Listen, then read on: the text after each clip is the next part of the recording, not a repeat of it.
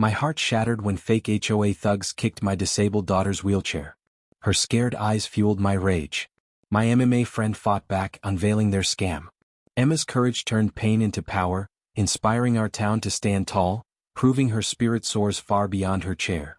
Before watching full video, comment below from where you watching. Also like and subscribe for more stories. The day they kicked my daughter's wheelchair, I discovered what real rage feels like. My name is David Mitchell. I've been raising my 8-year-old daughter Emma alone since my wife Sarah died in a car accident 2 years ago. Emma has cerebral palsy, but that wheelchair hasn't stopped her incredible artistic talent. Those small hands that struggle with buttons can create worlds on paper that would make professional artists jealous. We live in Oakwood Heights, a quiet Texas neighborhood where people mind their business behind trimmed hedges and automatic sprinklers.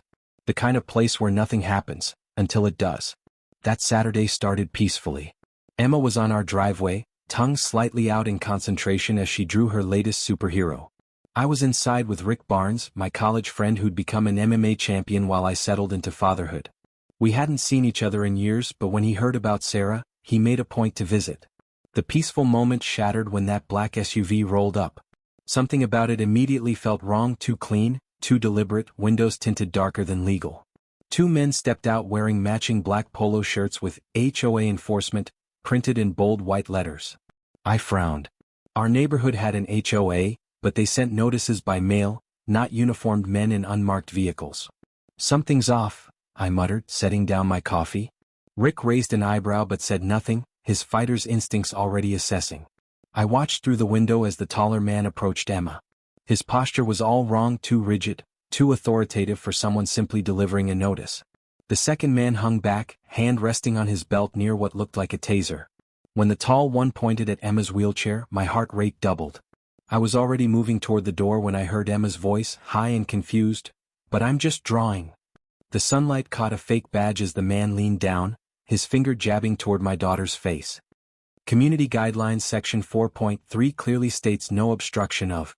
I pushed through the screen door, protective fury rising in my chest. "Excuse me. That's my daughter you're speaking to." The man straightened, giving me a practiced look of disdain. "Sir, we've received multiple complaints about this." He gestured dismissively at Emma's wheelchair situation. Emma's eyes found mine, wide and filling with tears. The superhero drawing trembled in her small hands. "There's no situation," I said, struggling to keep my voice level. "She's on our private property, drawing." "Who exactly are you?" The second man stepped forward, puffing his chest. "We're HOA enforcement, sir. And that wheelchair is violating community access regulations." Behind me, I felt rather than heard Rick step onto the porch. He hadn't said a word, but something in the air changed, like the pressure drop before a storm. "Show me your official ID," I demanded, stepping between them and Emma.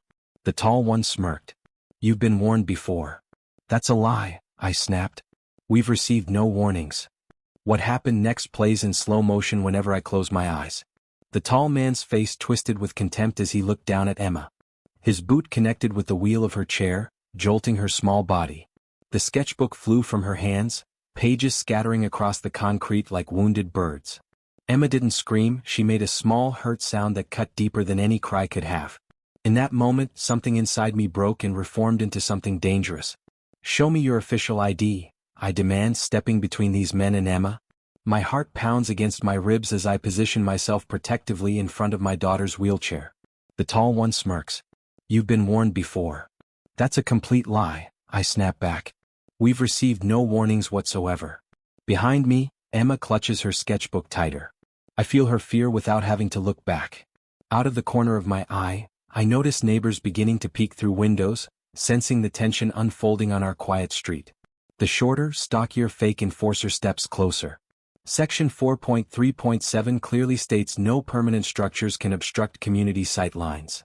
He gestures dismissively at Emma's wheelchair. "This qualifies."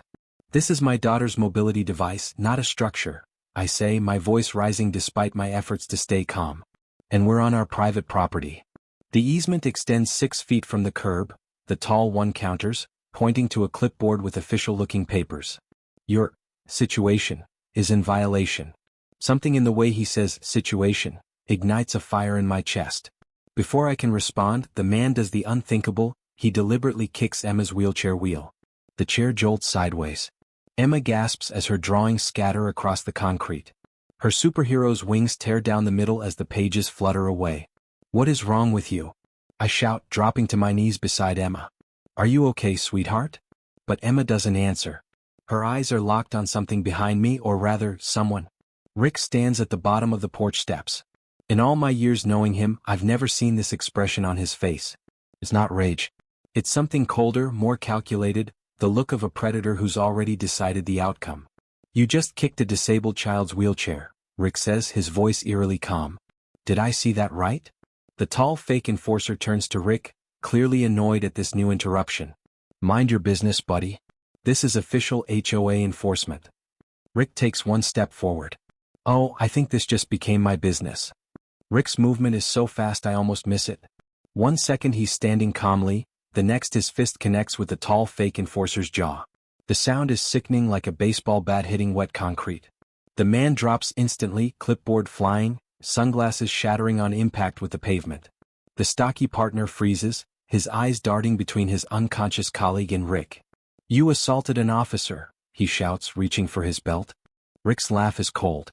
"You're not officers. And that wasn't assault, this is." What happens next is like watching a nature documentary where the predator strikes. Rick sidesteps the man's clumsy lunge, grabs his arm mid-swing, and twists it behind his back with such controlled force that the crack of bone echoes across the neighborhood.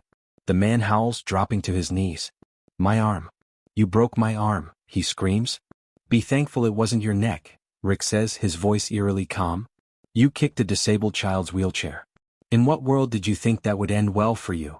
By now, every neighbor on our street is outside. Cell phones record everything." Mrs. Patterson from across the street approaches cautiously. "David, I got the whole thing on video," she says, her phone still recording. "These men aren't from our HOA. I'm on the board, we would never authorize this." Emma looks up at Rick with wide eyes as if seeing a real-life superhero. I check her for injuries, but she's physically fine, just shaken. "Dad," she whispers. "He's just like Phoenix Force." Police sirens wail in the distance, growing louder. 2 patrol cars pull up within minutes, followed by an ambulance. Officers jump out, hands near their weapons until they assess the scene. "What happened here?" the older officer asks, looking at the 2 men on the ground. "These men claim to be HOA enforcement," I explain, pointing to their fake badges. "They harassed my disabled daughter and kicked her wheelchair. My friend intervened when they became aggressive." The younger officer kneels to examine the fake badges. "These are counterfeit. Not even good ones." Neighbors surround the officers, phones extended. "We have video," Mrs. Patterson says. "Multiple angles showing everything."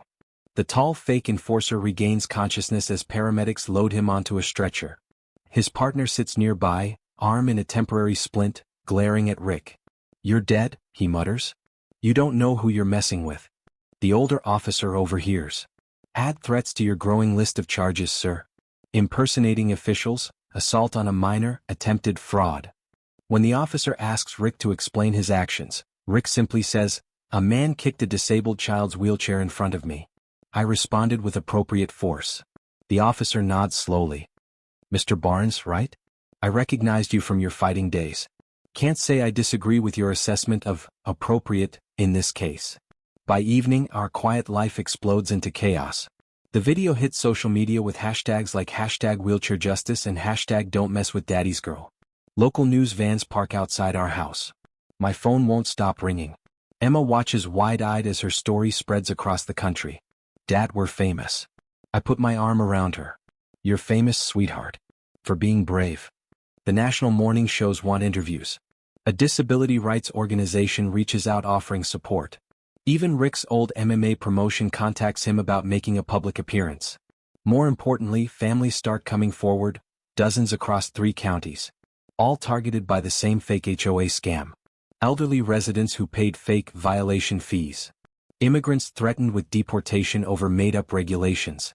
Single parents intimidated into compliance.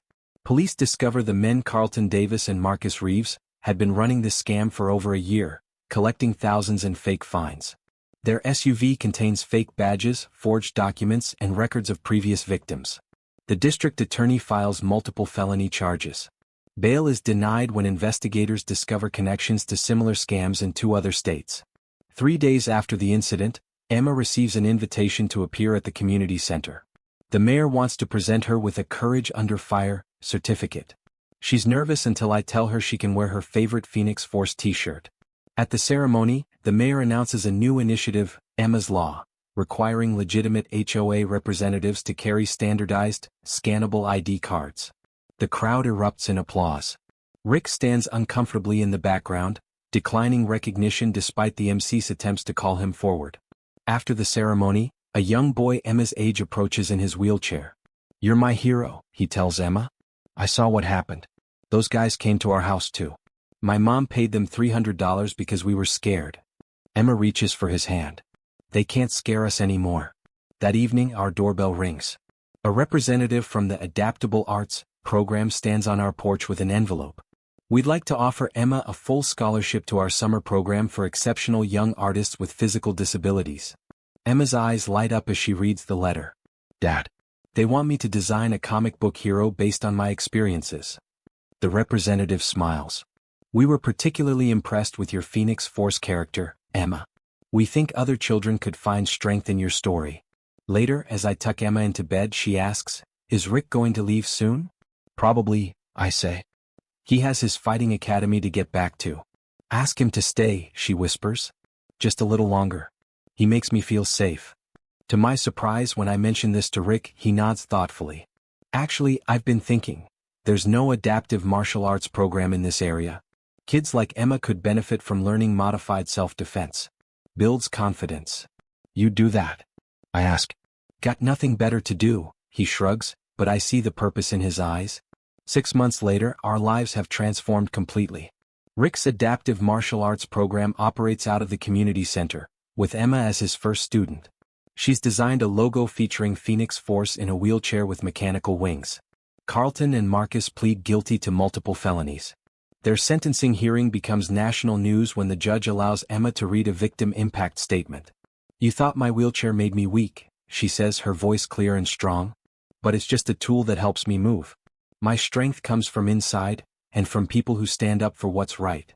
The Community Commission installs a mural on the community center wall. It shows Emma in her wheelchair, drawing pad in hand, with a subtle image of Rick standing protectively behind her. The caption reads, "Real Heroes Protect." As for me, I've started a support group for single parents of disabled children. We meet weekly, sharing resources and stories. One evening, as Emma practices her wheelchair spins in Rick's martial arts class, I realize something profound has changed in our neighborhood. People no longer look at Emma with pity. They see her strength, her resilience, her power. All because 2 fake HOA cops made the terrible mistake of kicking my disabled daughter's wheelchair when my MMA coach friend was visiting. And he hit back. Hard.